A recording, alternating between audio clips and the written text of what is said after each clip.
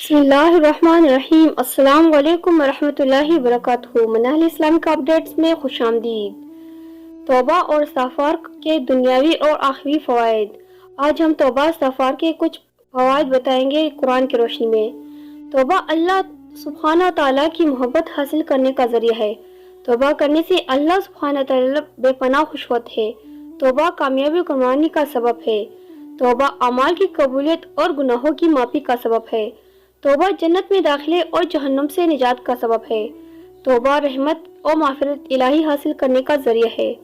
तौबा गुनाहों को नेकियों में बदल डालता है। तौबा खैर और भलाई का सबब है। तौबा ईमान और अजर अजीम की हसूल का सबब है। तौबा आसमानों से बारिश और खेती और बागात में बरकत और कसरत का सबब है। तौबा नरीने औलाद और कुव्वत और ताकत में इजाफे का ज़रिया है। तौबा फरिश्तों की दुआ के सबब है। वीडियो अच्छी लगे तो चैनल को सब्सक्राइब ज़रूर कीजिए और इस वीडियो को ज़्यादा से ज़्यादा शेयर भी कीजिएगा। शुक्रिया।